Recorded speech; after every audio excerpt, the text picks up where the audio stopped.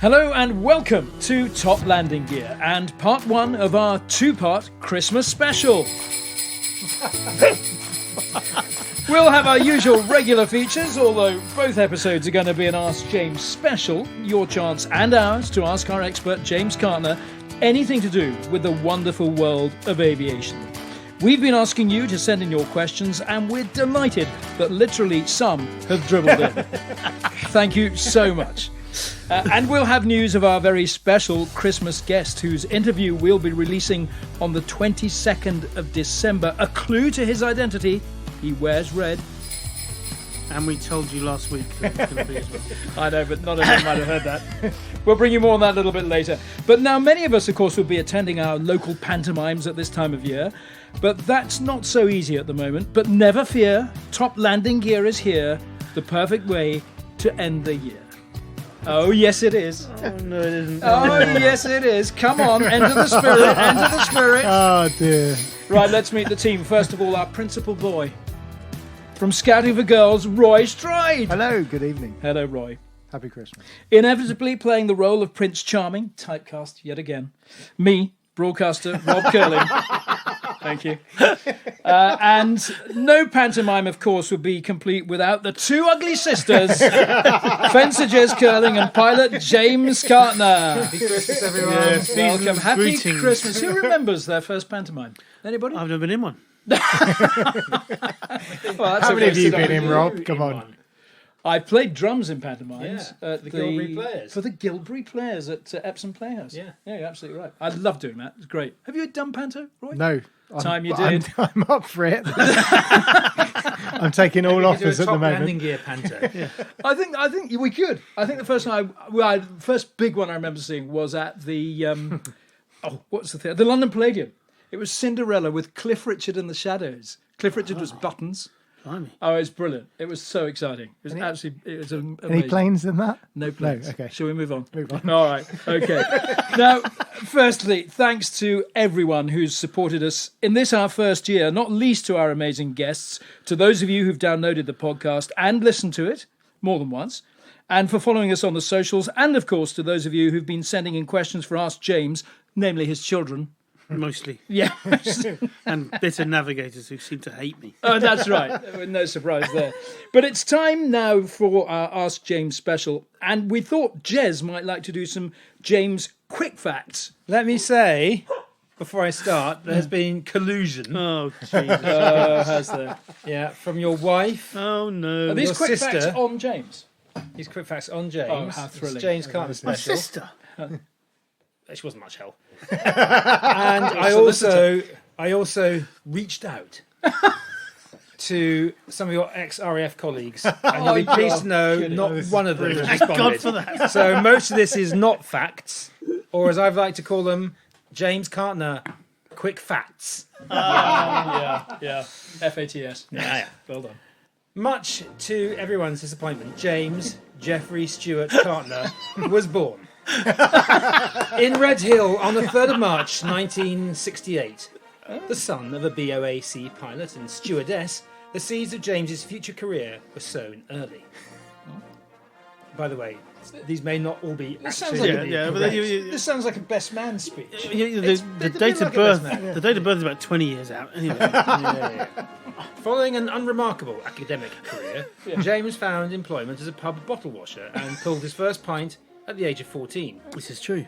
Finding that the public-facing role was not to his or the public's liking, James began his first foray into entrepreneurship with what unwittingly became a template for the global empire we know as Amazon with his Wheels delivery service. Clocking up true. 3 deliveries in total. In 4 years. Well, that's extraordinary. Finding that running a logistics business was not to his or the public's liking, James moved on. DJ's Mobile Disco was born. Finding that the public-facing role at weddings, 21st and bar mitzvahs was not to his or the public's liking, James moved on. Petrol pump attendant and Perspex promotions box sales rep followed. Bright lights and the big city drew James away from his country roots in 1986 and to the highly pressurised environment of the London Commodity Exchange. True. Finding that cities, pressure and commodity exchanging were not to his or the UK economy's liking, James moved on. It was at this point in the year 2000 that things began to quite literally take off, setting up with his brother-in-law, the Sirius Fireworks Company. This actually proved something of a success until an unfortunate fire in a storage unit put paid to the dream of rocket-propelled entertainment to the masses. If you think that James's career to date has been dogged by disappointment, well, it doesn't end there. In what can only be described as an amusing failure, in 2007, James and a friend set up Magicari. Magicari. This was a noble but flawed attempt to pay complete strangers parking fines. I never got to grips with how this should have worked, and frankly neither did James or anybody else. The leaking of company funds was briefly plugged in the form of sponsorship and advertising from incontinence firm product specialist Tenor Lady. Tenor? But like where we should go, the business went down the pan. But what about the flying? Well, you're going to have to wait till next week. Oh, well done. For all that jazz. Thanks for that. brilliant. And to everyone who's helped, Jez, thanks very much. Yeah, That's the kind first of time you. you've got through those quick facts without Quick stopping. facts. Yeah. Well, almost without stopping. Yeah. That's Well, I enjoyed absolutely those. brilliant. I mean, it is like being at James's wedding. That was lovely. His life story. His life story. Fantastic. So, well, as our Ask James segment has been such a popular success over the months, I thought it deserved its own little theme tune. Now, if my technology works, this should... Hello there, Bob Fleming here, and today we'll be looking at fishing tackle. Excuse me. Now, where would your fly fisherman be, excuse me, without his wader? Now, the type of wader I prefer is not the, excuse me, Do I have to edit this out? not the smaller type, which is really just a I think we've got the idea, yes. Did you get the idea? Yeah, thanks to the fast show. I did cough on an early episode, I remember. Yeah, there were little And never yeah. stopped. My favourite moment about your coughing was when we turned up to our first ever interview at Boltby Academy. Yes. And they just announced the first ever lockdown was coming. The next day, wasn't it? The next day, James turned up going, I've just come back from China. That's flying. Yeah. That's absolutely true. I'd had the cough for a good few weeks before that. In fact, months. Years. Years. In fact, it's in one of my quick facts. Great. Lovely. Well, look, Jimbo, we have actually had loads of questions sent in, mostly from Scouting for Girls fans, after Roy got onto social media. So well done, Roy. That's brilliant. And so I think we're going to go around the table. We're going to each ask some of those questions. Mm-hmm. We've also got some questions of our own to ask our dear friend James. So who'd like to kick off? Jez, what about you? So I feel we should describe the format. Oh, okay. Let's. Okay. Yeah, come on. We each get one question each as the presenters, and we get to choose one question which has been put forward. Oh, I see. And that's how it works. Oh, and okay. Before anybody asks a question, Yeah. you have to pull a cracker. Oh, we've I've got crackers on These the are table special aviation crackers with an aviation joke inside. Oh, how marvellous! Well done, Roy. This So is I'm brilliant. going to start. Okay. I'm going to start. So Someone pull I'll the pull cracker. it with you. Bang! Bang! Cheap crackers. Might have to dub it. Hey! Hey! Well done. Wait. Roy won that. It looks Listeners. very Christmas in here. Listeners. Christmassy. Yes, yes. Crackers on the table. have a Crackers look. sitting around the table. This is my aviation. This is the joke. A vulture walks into an airplane with a rotting corpse. The flight attendant screams, "You can't bring this on my plane." The vulture says, "It's just my carry-on." Yeah, clever.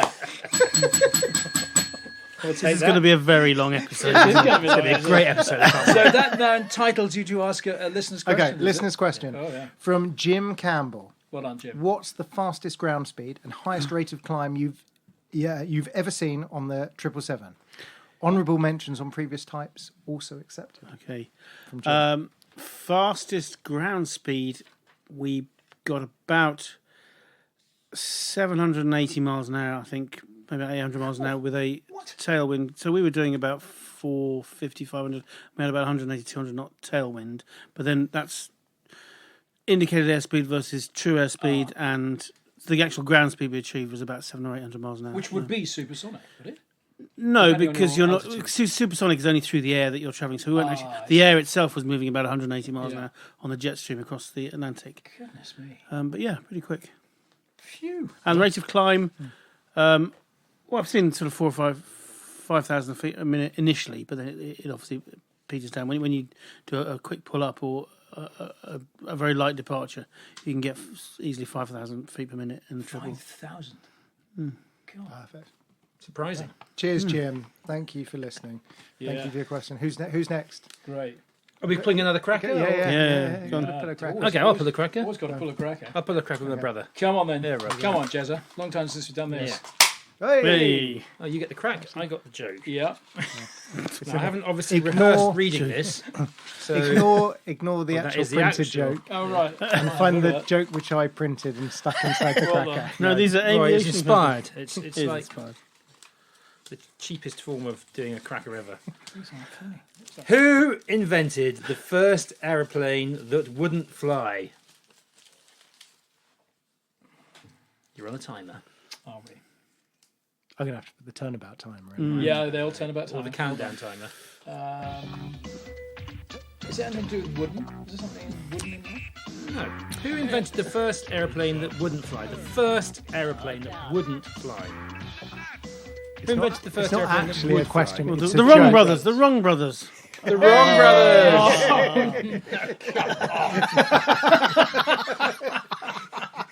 There we go. Oh, bravo. Yeah. Well done. You had a question now. Shannon Mack. 2 questions. Oh dear. Kind of linked.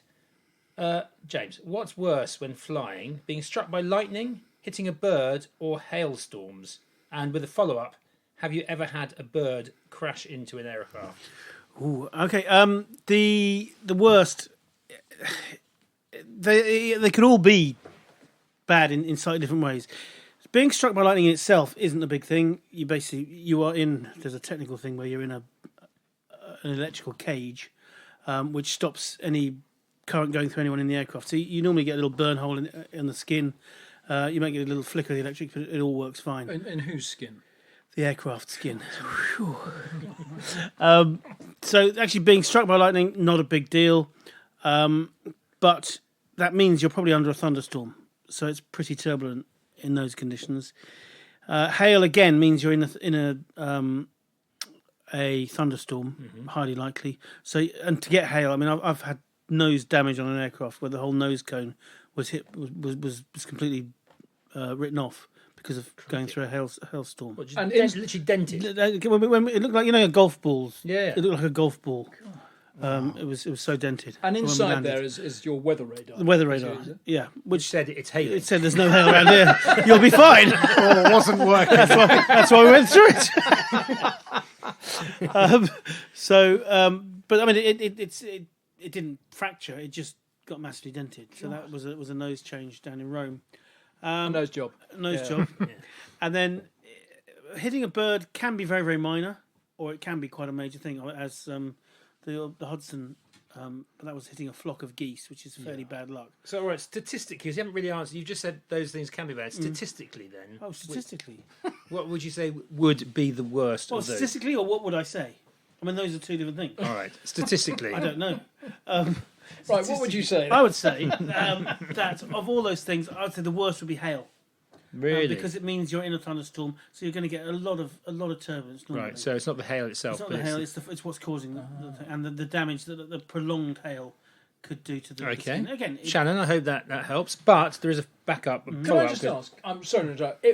Could it ever be, because of the speed you're doing the aircraft and the velocity of the hail, could it ever shatter a windscreen? I think it has in the past cracked windscreens, not shattered completely, because they are laminate windscreens. So it's like a car windscreen. You've got this layer of sort of flexible rubber between two panes of glass. So it would never shatter it, but you might get cracks. Unlikely, but it has. Like it a has Perspex sales promotional box. Those are not they're laminated in different ways. There's a whole podcast there. And have you ever had a bird crash into an aircraft? I've hit a bird. The bird was basically doing its own thing, and I Right. hit the bird. So you hit the didn't bird. hit me. Right. Yeah, I was in. I mean, I've had a couple. I suppose the worst one was in a hawk. Yeah, flying up towards Teesside, and we got a big thump, and I think we hit a seagull. And what had happened is its beak had scratched the perspex, That's but annoying. it looked like a crack from where we were, which made us go down a particular path. So we depressurised it in the end. I think did all the drills ended up diverting to the water. I think it was, and it needed a canopy change. How was the seagull? Seagull? I didn't see it again. The bits that I did see were fine, but they just weren't connected to the rest of it. Right, poor Great, old- thanks. Good answers, old- Jim. Thank you for that. Hope Well that helps, Shannon. Yeah, well done. Good question, Shannon. Great. Thank Okay, you, Shannon. next one. Shall I pull a cracker? Roy? Yeah. Here we go. 3, 2, 1. Good luck. Hooray! The banging's going on. Oh, the smell. I do love the smell of a cracker. Really is Christmas. And we've been getting the right end so far, haven't we? The person who's been asking the question has ended up with that right part of the cracker. Okay, here we go. This is a joke, apparently. 2 pilots are discussing piloting. One asks, "Why did you become a pilot?" One asks, "Why did you become a pilot?" He responds, "To overcome my fears." The other asks, "Which one? Heights?" To which he responds, "Dying alone." What James says to his passengers every flight he makes. That was Blimey, that was pretty gruesome, wasn't it? that was a shocker. Wow. Okay, let's move on swiftly. Happy Christmas, everybody. We're looking forward to welcoming you back in the skies as soon as we can all go flying again. Thanks, Roy. This is from Not Posh Girl Emma. Right. Is she a Scouting for Girls fan? Do you think? Oh, bless you, Emma. Well done. Long, she's lovely. Really? Yeah. Oh, well done, Emma. Well, Emma, you've sent in I like the little preamble too to James. Do you all of you pilots, really know what all those buttons do? I mean, really, really know? Are they all there just to make us feel inferior because we don't know? Yeah, there's only one button that does anything. The rest of them are just for show. No, we do have to know what they all do. They are connected to different systems, and it's just what you have. It's very complicated when you look at it without knowing when you go. But if you look at it with a bit of understanding, there's just different systems. Yeah. So imagine you have a washing machine that's got 15 buttons on it. Then you've got a tumble dryer that's got 3 buttons on it. Don't patronise us. Are you doing your washing whilst flying? Not only are you That's all those sleeping. big round things on the wings that go round and round. So each are the controls for a particular system. Yeah. And so it's split up into probably 12 different systems that you have control, and each one has maybe 15 to 20 controls. Yeah. So it looks a big complicated mess of switches when you look up, particularly at the top panel. But they do all do something. What is on the top panel? I love an old rocker switch on the top panel. It just The looks top great. panel is in the Boeing aircraft that I've flown. You've got the fuel transferring and management side of things. You've got hydraulics, electrics, lighting. So all the lights are up there, and then further back you have little Radio. And the radios are lower down. They're I mean, like radio, FM, AM. Oh, yeah. Yeah, that. And so all the thanks, because we do have radios on board, but we talk I to assume people. you carry on. Yeah. Let him carry on. Poor old boy. And then down in the middle console, you have normally navigation and radios in the middle bit with some other things like the communications back to the cabin. You got your trim wheels there. Trim wheels are on the centre console. And in the middle, so in the middle bit, you've got the trim wheels on the outside, throttles or thrust levers, whatever you want to call them, in the middle.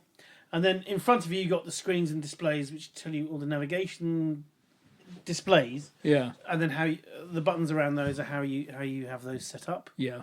And then on the combing, you have the autopilot controls, and it's pretty similar in all modern airlines have a very similar. Once you've pressed autopilot on, does everything else just become irrelevant? You don't have to worry about it. No, do you? Because that's going to override all the other switches. Yes. No, I mean, the autopilot is one side of it, but even with the autopilot on, you're still controlling it. So you can have the autopilot in different modes. Oh. So you can have follow sat nav mode, or you can have I want to stay on the heading we're currently on mode, or I want to go up at a certain rate, down at a certain rate, go up as fast as you can, down as fast as you can. Those are all different modes of the autopilot. So even though you've got the autopilot on, everything else is still Points of interest. points of interest. Nearest fuel station. Nearest McDonald's. Nearest Starbucks. I mean, the old analog cockpits, particularly of the sort of 4-engine airliners, like a Lockheed Constellation or something, they look phenomenally complicated because you've got all the engine instrument dials, so those are repeated 4 times. Yeah. Plus, you've got an engineer's dial panel anyway. Yeah. So again, but if you look at once you break it down, I mean, we're sitting here in front of. Well, I was going to ask this. We're sitting in front Roy's of a mixing mixing desk It's got looks just as far many- more complicated than anything I've seen in an aircraft. But if you know, so Well, The difference is I don't know what any of these buttons do. no, there's no difference. but if you look at the mixing desk, all you need to know is what each of those vertically does, and then it's the same but for different channels. Left and right. Yeah. For a There you go, Roy. Now you know. Oh, yeah, that's You only had to ask James. Yeah. For a constellation, you've got a set of engine instruments, and Yes. those just be repeated 4 times over. So Yeah. there's 4 times the complexity made simple by knowing just what each one does. Yeah. Good. Who's got the next? Oh, that's it. It's only. That's one it. each, We isn't need to pull my James's cracker. crackers. What happens if we pull James's cracker? What happens Which then? one are you going for? Well, he just gets to say a joke, and then that's the end. Oh, I see. Oh, you're not doing your own question. Oh, we've got our own questions. Sure. Oh, yeah. What do we want? Now. Oh no. When do we want it? Sorry. Low flying airplanes. When do we want them? Oh, sorry. Yeah, so you did ruin that. Shall I Oh, do that again? sorry. Shall I do that again so it sounds like we didn't cock it up on them. No, I think we should leave this. I'm so sorry. He'll absolutely, I think, pissed on his firework. Do we have our own questions to ask now? Yes, yeah. Of James. That's brilliant. Who's got one for Jimbo? It's me first, isn't right, it? Yeah. yeah, Okay. yeah. So my question is, and this is obviously as a rock star, how the hell do I get an upgrade? Now that is the question. The best thing I can say, if you're not going to pay for a ticket, because that's the best way to get an upgrade. Yeah, is obviously. to pay for a ticket. But that's not an upgrade. That's just cost me money. So the best way to get an upgrade is to work for an airline, Okay. because they do tend to look after their own. Yeah. If you don't work for an airline, know someone that does. Yeah. Right, we all know you. It hasn't helped once. No, but then you have to travel by air for that to help. And ideally with the same airline that I work for. I'd say ideally not with the same airline you work for. So upgrades are it's a bit of a, I don't want to say dodgy ground. It's an interesting Has thing. it changed over the years? I think it has changed a little bit. Airlines now tend to, if they have to upgrade people, and the reason why the upgrades happen is that all airlines oversell. Yeah. They have an expected no-show rate. Yeah. And if the no-shows are in the premium cabin and they're oversold in a standard or economy cabin, then they'll upgrade. Yeah. What airlines do nowadays is generally upgrade their loyalty customers, the loyalty card customers. So if you're a Diamond Club holder or whatever it is, then you are more likely to get upgraded. Yeah.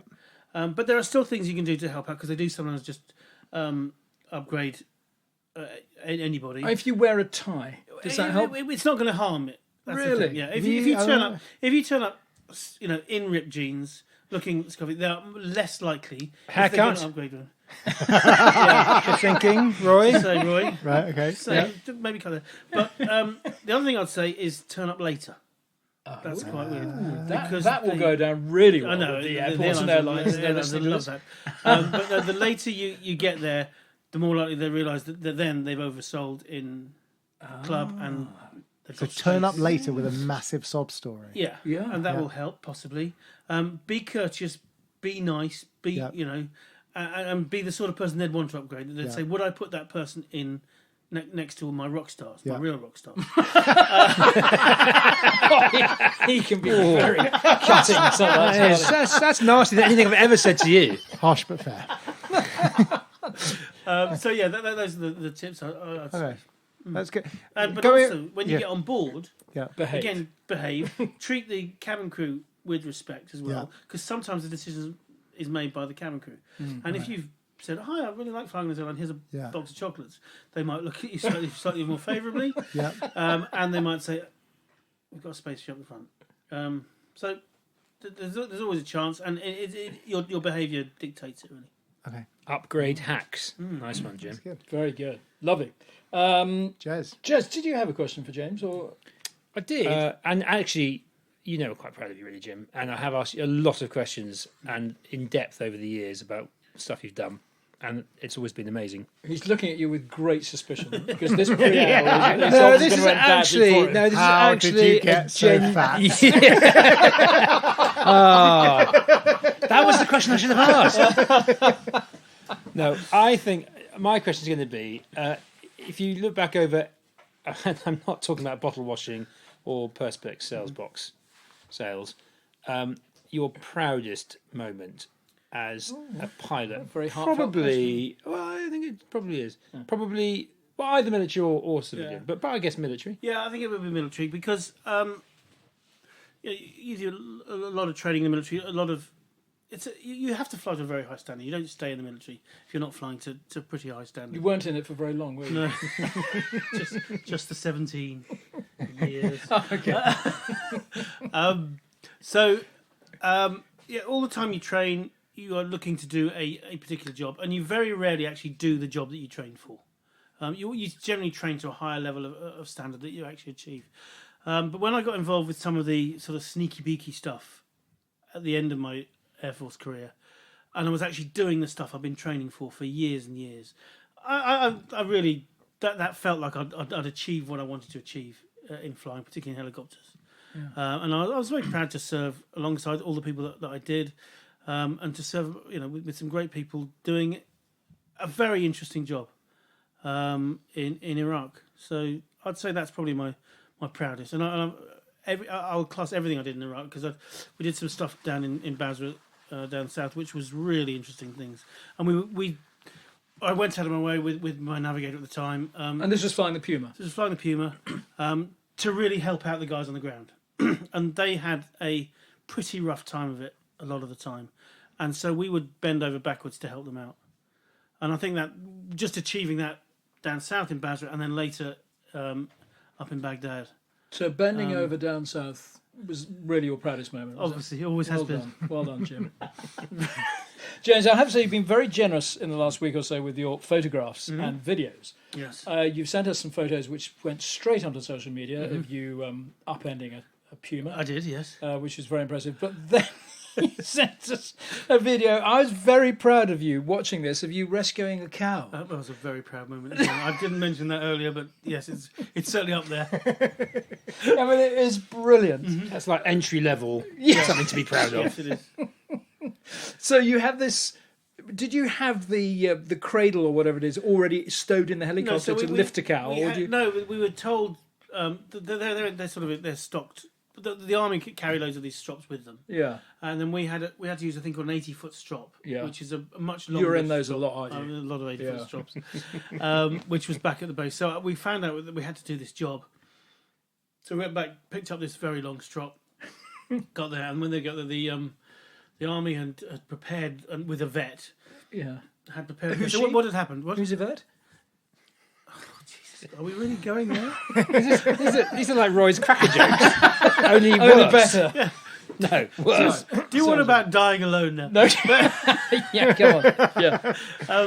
So, yeah, the vet of the army. So what had happened is the cow had the mother had given birth to two calves, and then collapsed and fallen into a bog, and was sort of partially buried. They dug her out, but they couldn't actually lift her out of this bog that she was in.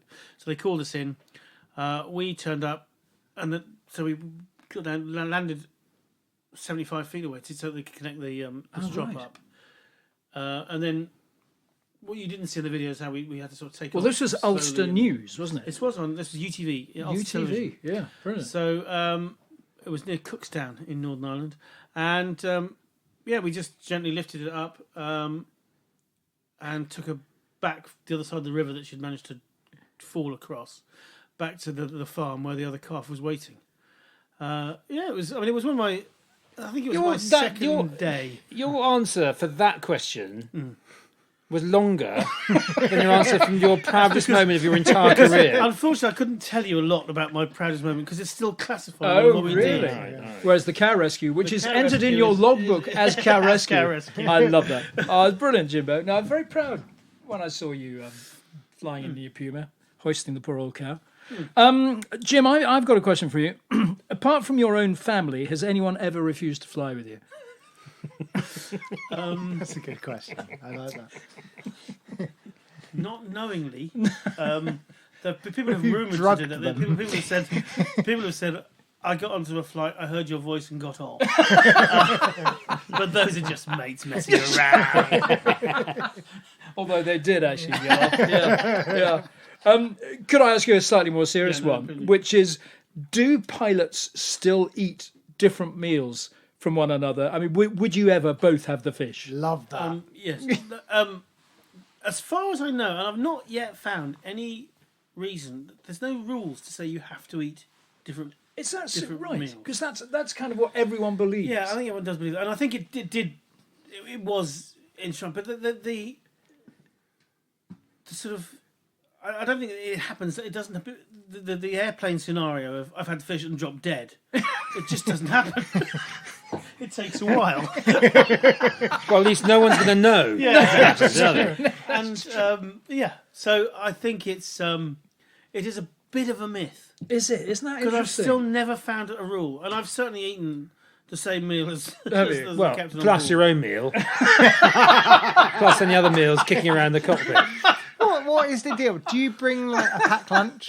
Oh, No, you eating the a same? lot of, Yes. a lot of it depends, and also a lot of it depends on the airline that you work for. Right. Different airlines, Jet2, for example, you used to get sort of drinks, Yeah. coffee and tea, and maybe water, but anything else you had to bring yourself or pay Right.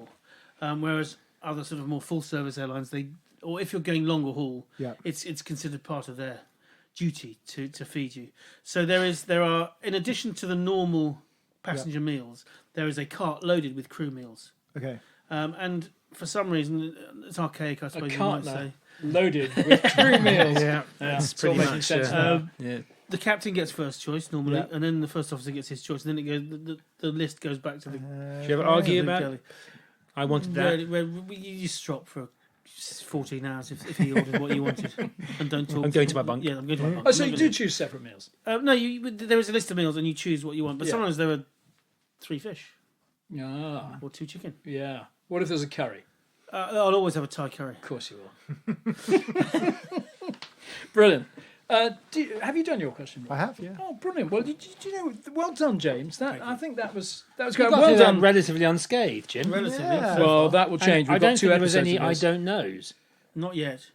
I just make stuff up. I know. No one else knows. Well, thanks everybody, and we will have more questions in part 2 of our Christmas special, when we'll also be naming the winner, won't we, Roy, of our prize for the best question we've received? We will. Does that include us? Yep. And there's a quiz. There is a quiz. There's a quiz now. Yeah. Can I just say, Is currently there a quiz now? Yeah, of course there's a quiz. no. Of course there's a quiz. We don't have an episode without a quiz. Can I just say, currently leading the running for best question is, why do you keep on with this nonsense? That was sent in from the wives. Right. Okay. Here we are then, ladies and gents. It is time for the God, Christmas I didn't even quiz. think of this. Okay. What's our subject?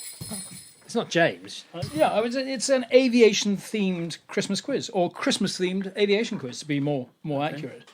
Now, you may remember that last time we ended up with a dead heat between Roy and James, who had 2 points each, but I didn't prepare any additional questions, so we couldn't have a tiebreak. Well, we'll just have a, So yeah, we sure. thought we'd carry those points over, which means Roy and James start with 2. Jez has just 1.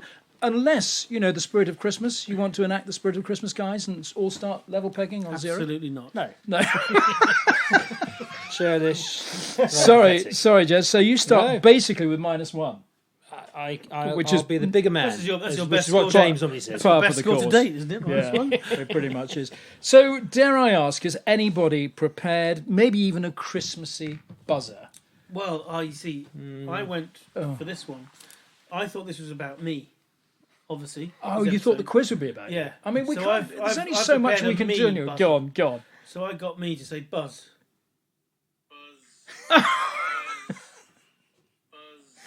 I mean, That's pretty good, isn't it? Yeah, it's really lovely. Thanks for putting in so much effort But you've Into actually it. recorded that. and That's enthusiasm. Oh, Good. That's the length I'm prepared to go to for this podcast. Well, we're very grateful. Yeah, I get that. You might have to turn it up a bit so that I can hear it. Or just the say excitement buzz. as people fight to be in first place. Roy, what have you come up with? I'm going to be playing the new Christmas single from Scouting for Girls. Oh, the whole thing. No, because last time we played the whole thing, it got taken down from YouTube, and that wasn't even my song. So this is just the very start of our new single, so you have to go and listen to it on Oh, Spotify. how lovely. It's called Christmas in the 80s. With sleigh bells? Yes, listen to the sleigh bells. Can't get more Christmassy than that. There we go. That's all you Oh, is that out now? get. It's out right now. Along Why- with our tour dates for October my goodness. 2021. Come Fabulous. on, everyone. Jez, what about you? Well, I've Composed also anything? I've gone back to the 80s, but I was doing it I was invoking James when I did this. I've got two, Of course. just in case anyone else came up with it. I've gone back to not the 9 o'clock news. Oh, one great. Of my favourite, probably be some kind of copyright infringement here, Roy. See my trailers there. One One of my BBC, we've got connections with one of my favourite sketches. Yeah. Called in your own time. Called I'm trying. called Stout Life. And I love this. here, this is one of two. Here we go. Go on. Fire, plump, obese, porky, wobble bottom. That's Janet Street Porter. Janet Street Poor. Or Pamela Anderson. Not Pamela Anderson. What was her name? Pamela Stevenson. Pamela Stevenson. So you can have the other one as well if you like. Let's hear it. Okay, I'll turn it up a little bit. That may What be is a it? bit quiet. Also from the same sketch. Yeah. I have a friend who thinks he may be stout. What sort of advice can the panel give? My advice to your friend. Yeah. Like that. So there we go. Do you think anyone will ever bring in a buzzer? An actual buzzer? Or maybe that? Well, I'm running out. I'm being sued from last week's. Yeah, quite right. So So get into the right spirit, everybody. A bit of this. All right. Good luck. Good luck. Question number 1. Which aircraft might be used to pull Santa's sleigh?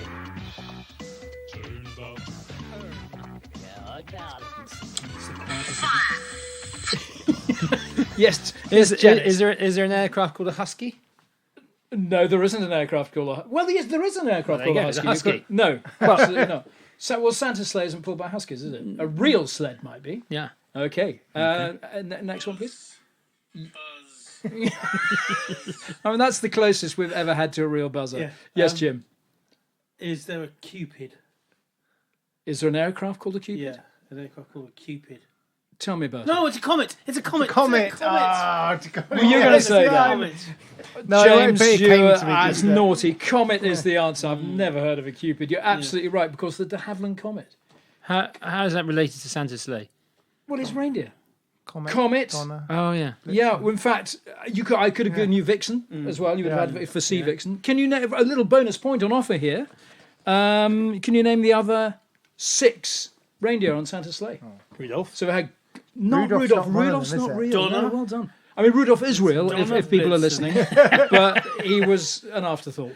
Donna Blitzen, Cupid, Comet, Dasher, Prancer. You've done Dasher, Prancer, yeah. it. Well, you've done it, James. Well done. You get a bonus point. James off the mark with 2 already. Well done, Jimbo. Well done. Question number 2.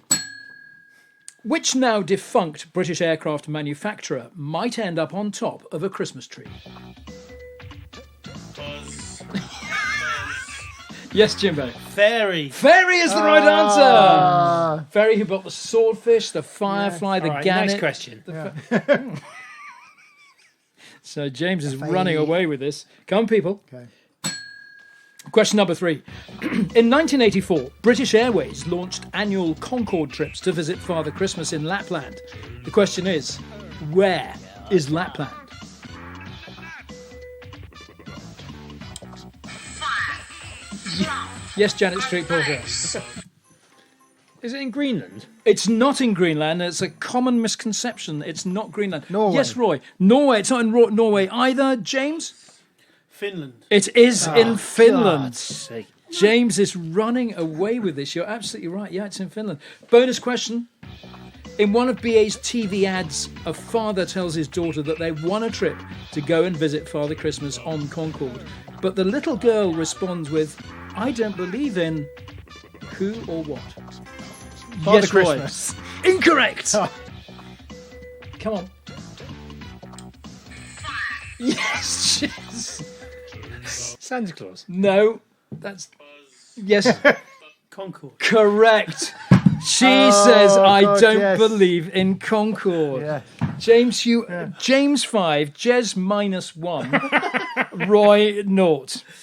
So, Roy, you're Tedious. still in with a chance here. We've got to scrap this quiz for the next series. Film question. You all love a film This will be question. Roy's answer.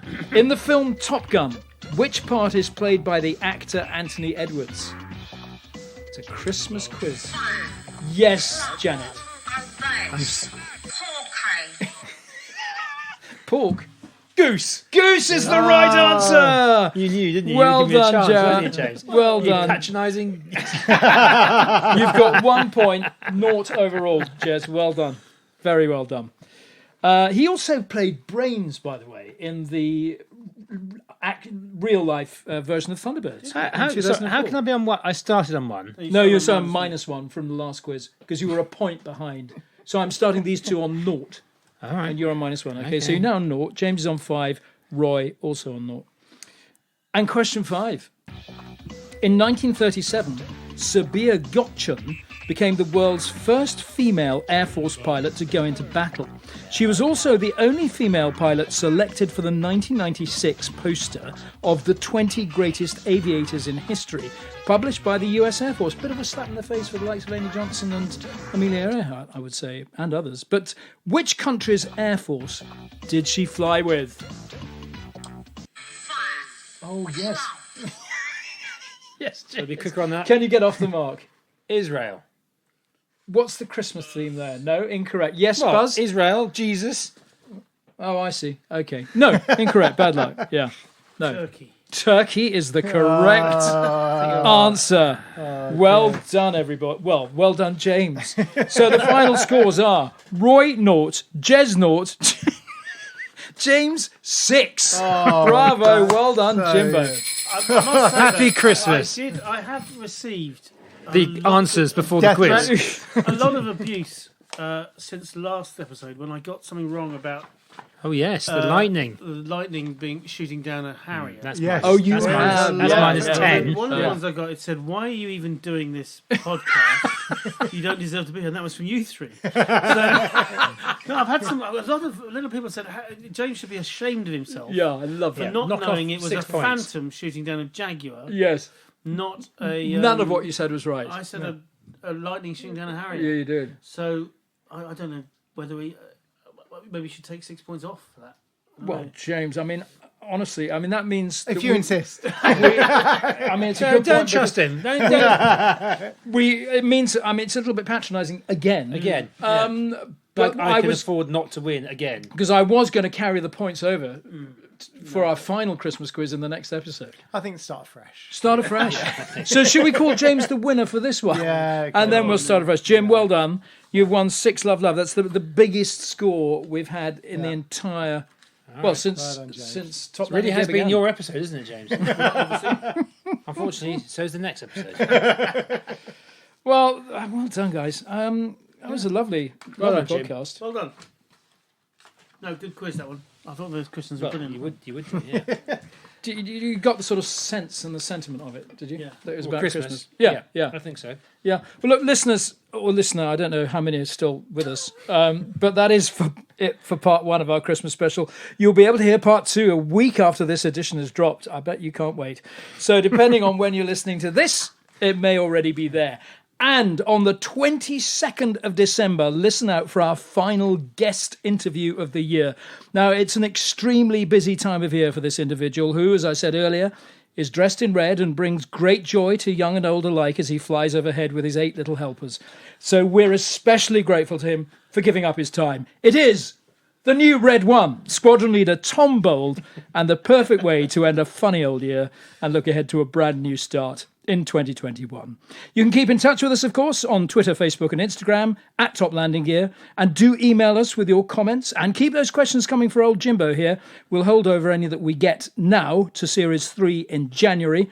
Our email address, of course, is info@toplandinggear.com. That's info@toplandinggear.com. 2 Gs. 2 Gs. Well done, boys, you're learning Can't at believe last. that's our catchphrase. Well, Unbelievable. it's one of many. And however you're listening to us, please recommend us to your friends and family. Do leave a review as well, especially if you've enjoyed it. In the meantime, thank you for listening, and bye for now. This is Top Landing Gear.